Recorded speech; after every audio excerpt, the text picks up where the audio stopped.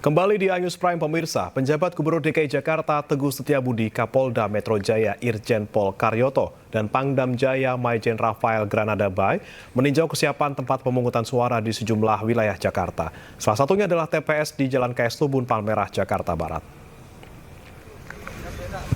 Tiba di TPS 22 dan 24 di Jalan KS Tubun Palmerah, Jakarta Barat, rombongan langsung berinteraksi dengan petugas TPS dan menanyakan kendala terkait kesiapan pencoblosan. Sementara itu, guna mengantisipasi banjir saat pemungutan suara, PJ Gubernur DKI Jakarta Teguh Setiabudi mengaku telah menyiapkan skenario di TPS rawan banjir. Kapolda Metro Jaya Irjen Pol Karyoto memastikan tidak ada ancaman yang dapat mengganggu pilkada besok.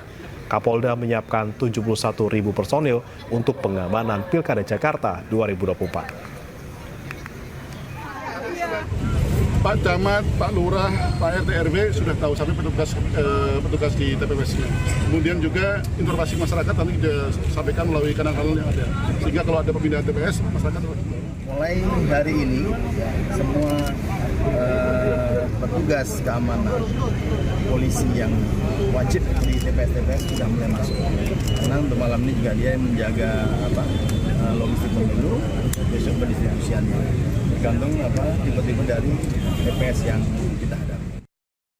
Menko Polhukam menggelar rapat koordinasi bersama KPU untuk memastikan kesiapan pengamanan jalannya pencoblosan Pilkada 2024. Rapat juga membahas pelaksanaan Pilkada di daerah rawan bencana.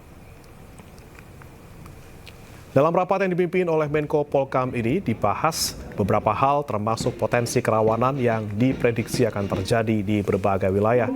Rapat ini juga membahas bagaimana penanganan kerawanan keamanan, logistik, hingga pelaksanaan pencoblosan di daerah bencana.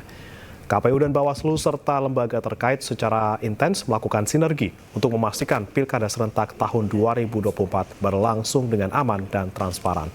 Pemerintah juga mengingatkan agar seluruh aparat sipil negara bersikap netral dalam proses Pilkada serentak 2024. Kami dari pemerintah telah memetakan daerah-daerah rawan, baik itu dari pendekatan sisi rawan pada aspek keamanan, juga dari sisi aspek masalah teknis penyelenggaraan, diantaranya yang terkait dengan distribusi logistik, kemudian kertas suara, surat suara yang rusak, termasuk juga validasi yang terkait dengan daftar pemilih tetap. Termasuk Jelang pelaksanaan Pilkada, upaya pendistribusian logistik terus dilakukan ke setiap TPS. Petugas harus melewati jalur berlumpur, perbukitan terjal, dan melewati sungai untuk memastikan logistik Pilkada sampai tujuan.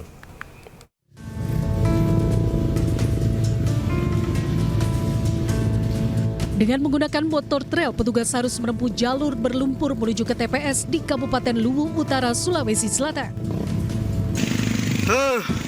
Sebagian dari mereka berhasil melewati lumpur, namun tak sedikit harus terjatuh dan tenggelam ke dalam lumpur bersama motor yang digunakan.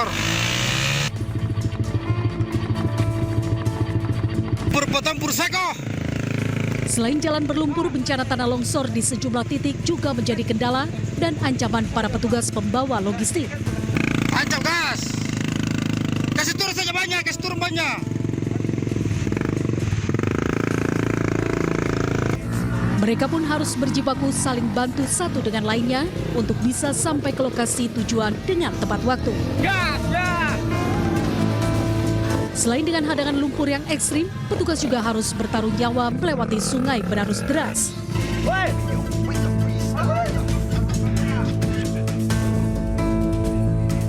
Di Lombok Barat, petugas mendistribusikan surat suara dan logistik lainnya menggunakan perahu kletek yang merupakan alat transportasi umum masyarakat setempat.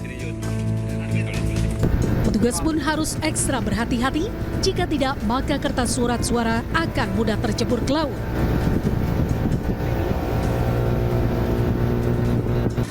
Usai menyeberangi laut, petugas juga harus melewati bukit terjal dengan jalan yang sangat curam, rusak, dan bebatu.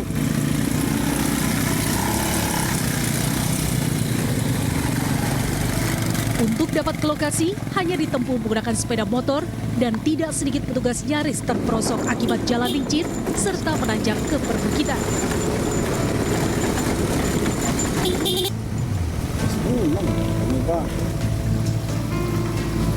Di Lombok Barat sendiri terdapat 2 kecamatan yang sulit ditempuh untuk distribusi logistik, yaitu Kecamatan Lembar, Sekotong, dan Gunung Sari.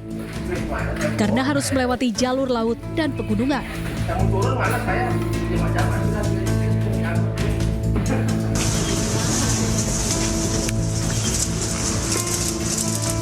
Sementara di Sidoarjo, Jawa Timur, upaya distribusi logistik terus dilakukan petugas ke pelosok desa yang jauh dan sulit dijangkau.